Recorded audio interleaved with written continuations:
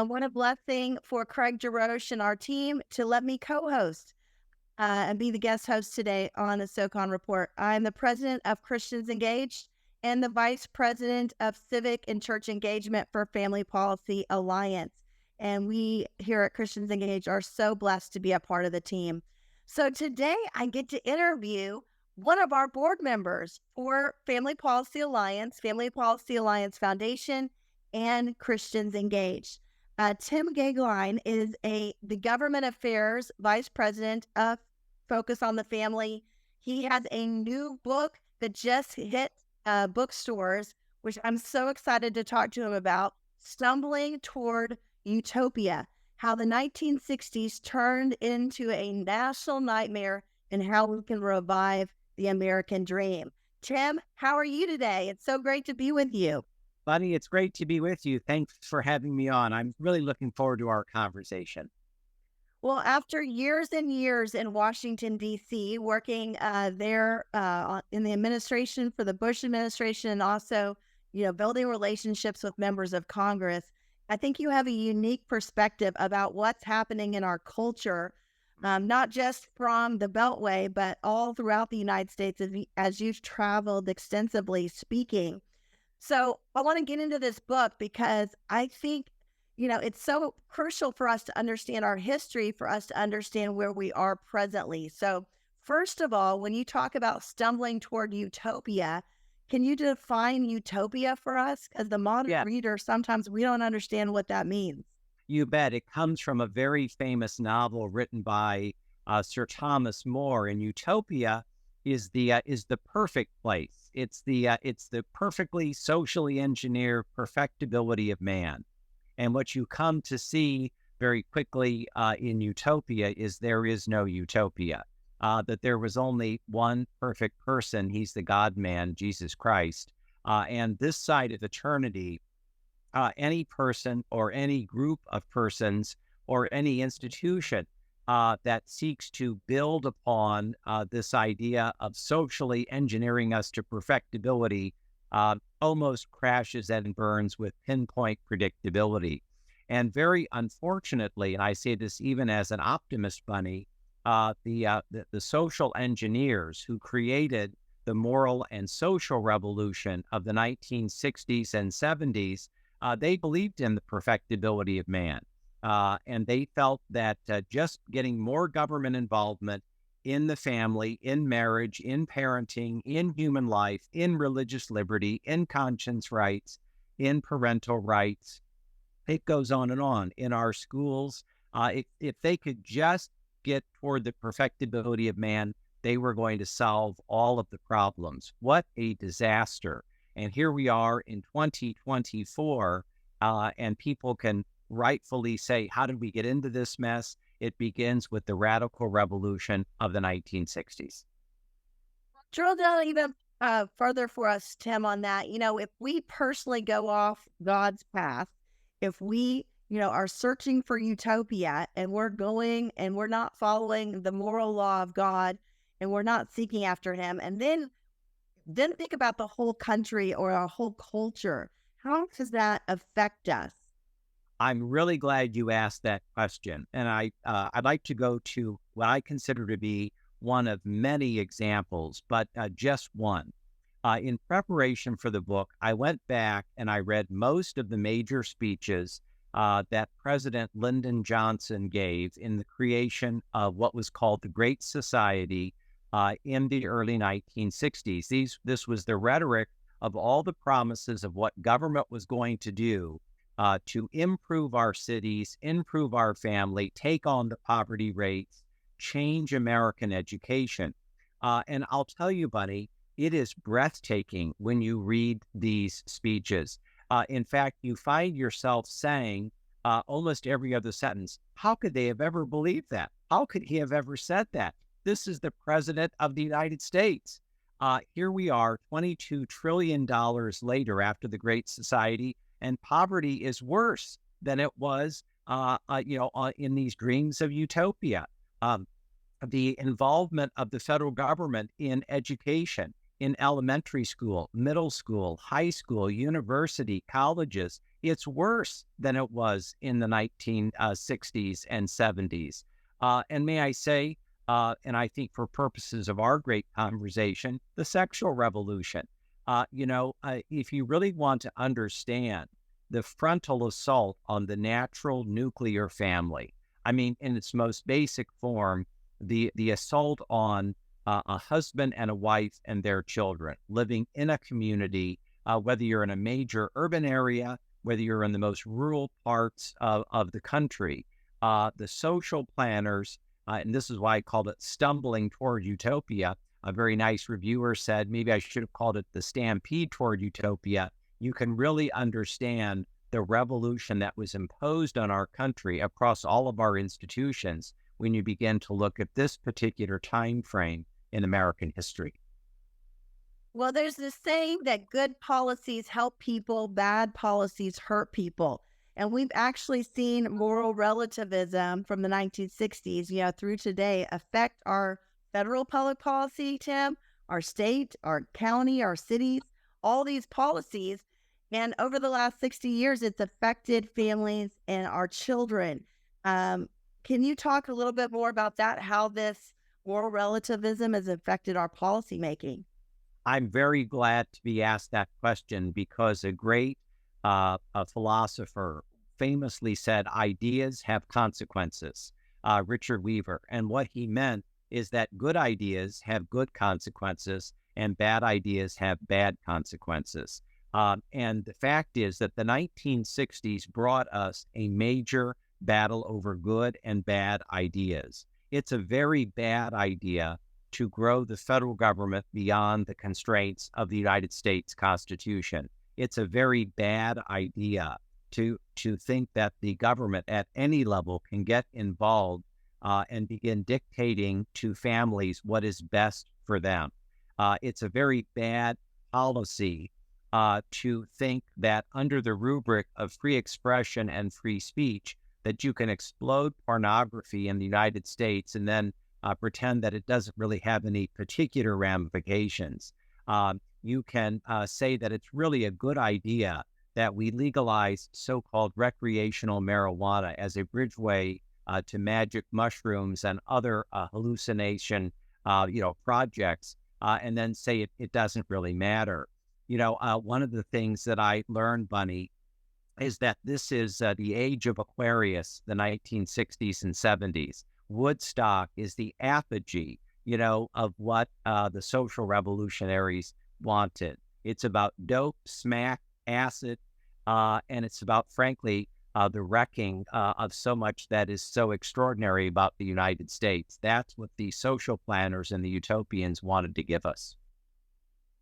Well, Tim, I love talking to you because you have an understanding of history, an understanding of biblical worldview, and, scripture, really. And I think when we understand all of that, it really brings enlightening to where we are today. So here's the question. What in the world is happening at our college campuses and universities?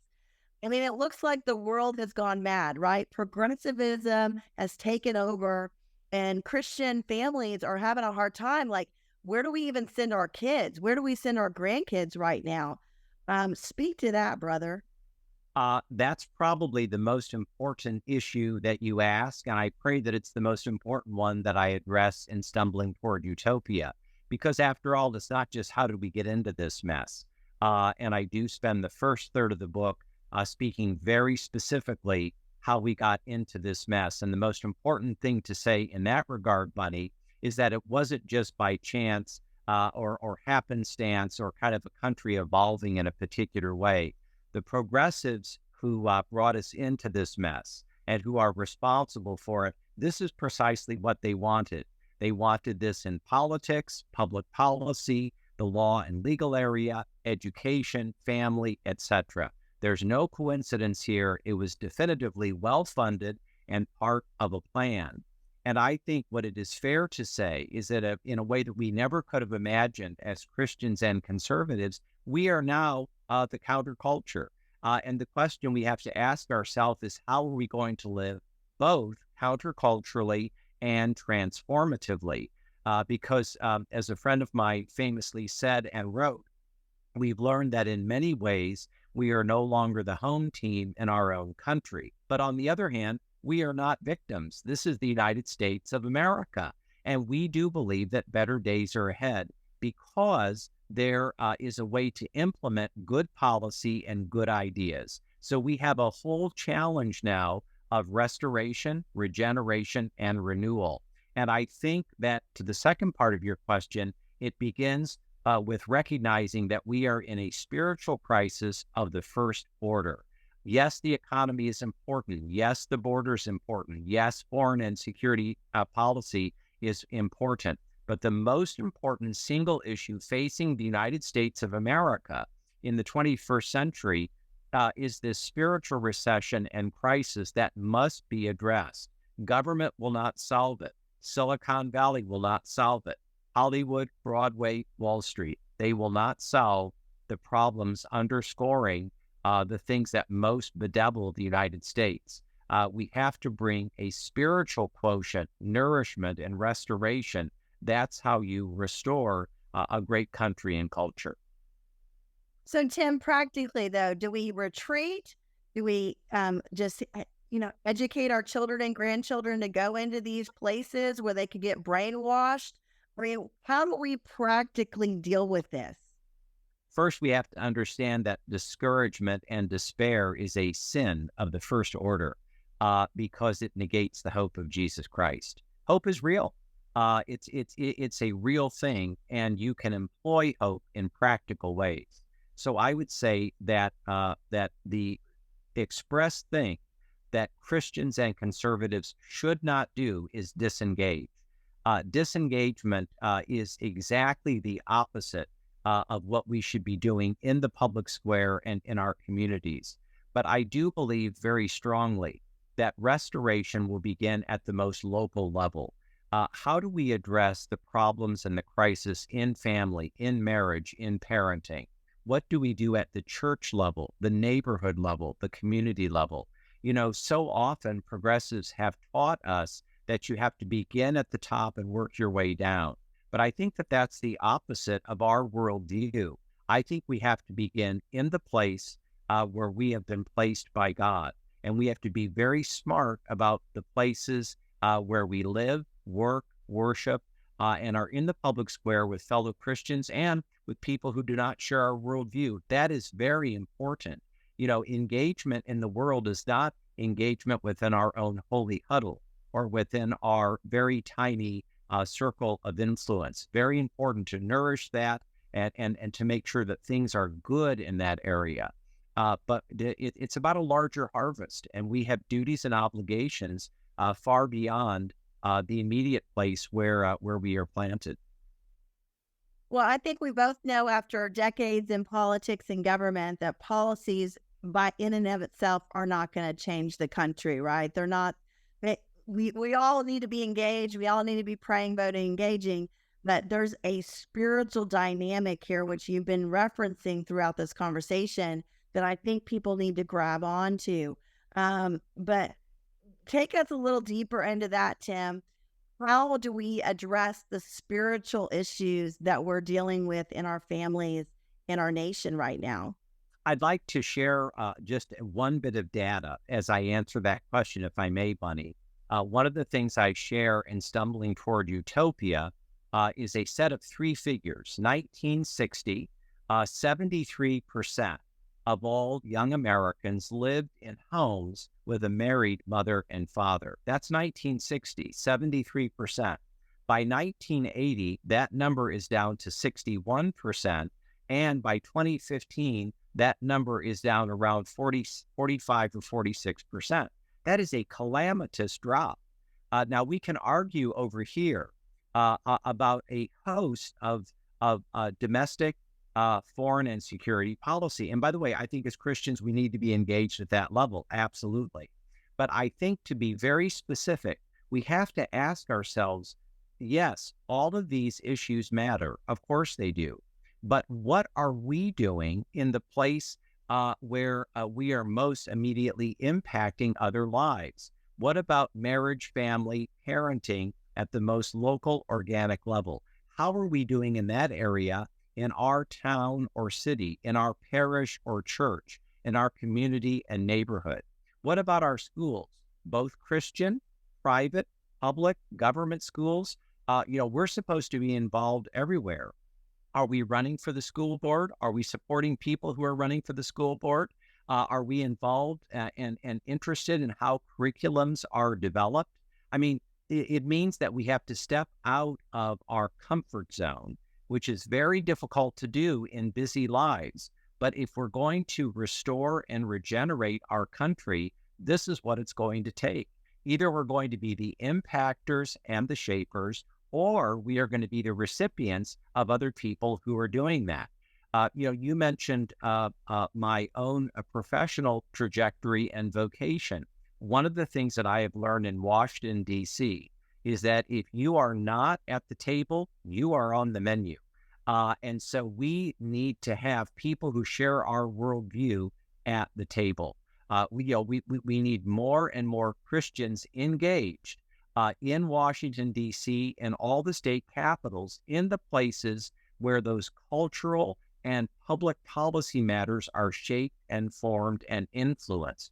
We can't just be receptacles. We've got to be those who are shaping, impacting, influencing.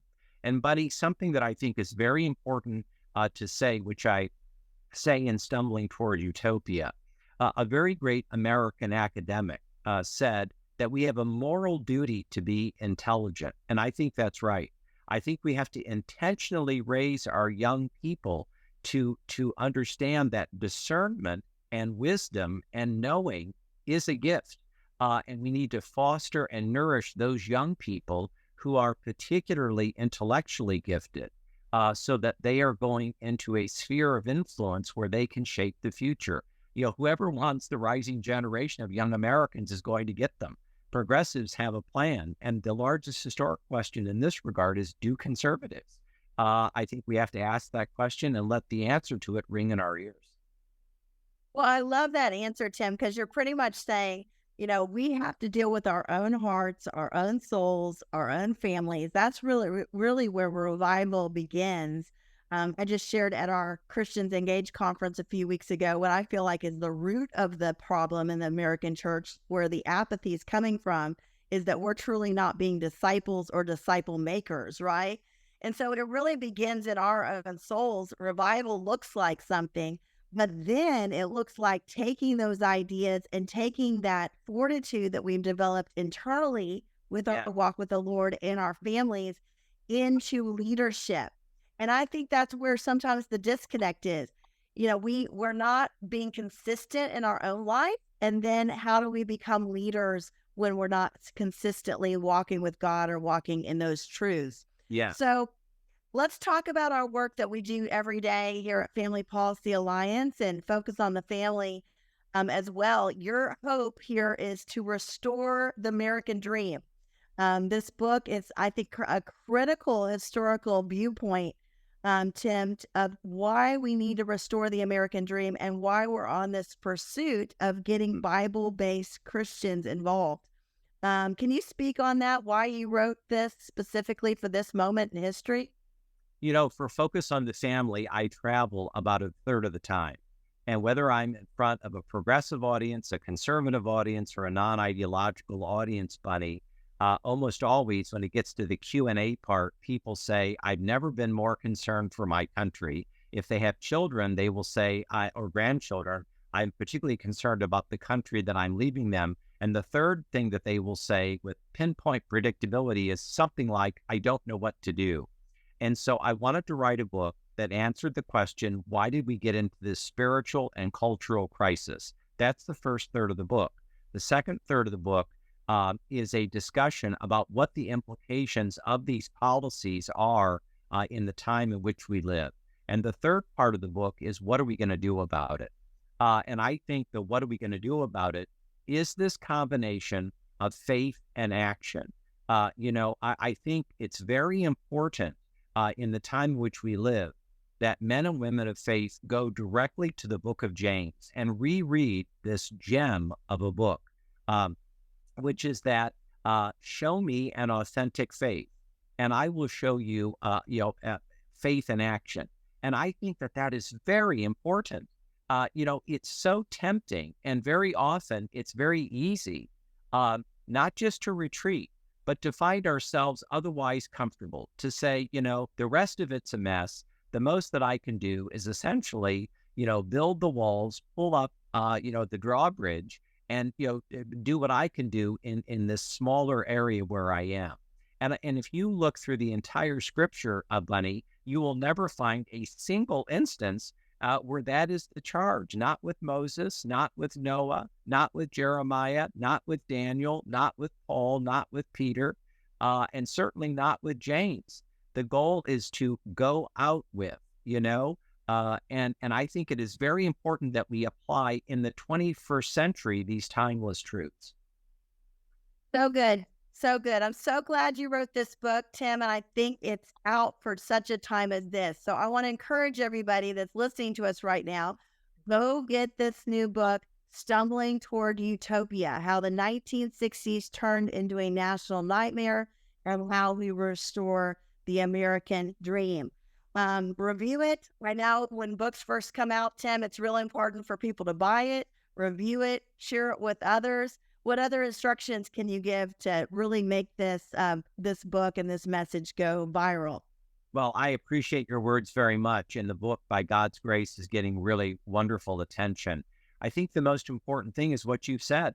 I purposely wrote a book that is not 5,000 pages long. It's eminently readable. It's under 200 pages. It's a fleet synthesis, of how our culture evolved in such a way that it has, what we're going to do in our country in this time, and a bit, I think, if I may say, as a Christian and as a conservative, the practical application of what we can do. I think it's very important not just to speak at a 50,000 feet level, but to be specific. And that's part of what I've done in the book. And I think that people who read and share Stumbling Toward Utopia, I think they will really be blessed and benefit by what they find. And I'm pleased to say there's an audio version, there's the written version. However possible, I think it would be wonderful to get it, read it, share it. That's the goal. That's great, Tim. Well, it just supports so much of what we're doing here at Family Policy Alliance to see individual Christians come in through Christians Engage, our church outreach programs, then push them to the family policy councils around the country as we work on advocating for biblical values, life, religious freedom, family. It is critical that we all just educate ourselves and work in this, war of ideas. And thank you so much for your time, Tim. I just want to thank everybody for joining us this week, being on the SoCon Report with us. It's been an honor to guest host for Craig Jarosh today. And I just want to say thank you for all your support as we mobilize the church around the country to be the body of Christ. It is time for us to make a difference. And right now in this election season is one of our times where we get to love our neighbors well and do what we just talked about on this conversation. So anyway, thank you so much. And Tim, thank you again for joining us. Thank you, Bunny. Be of good cheer.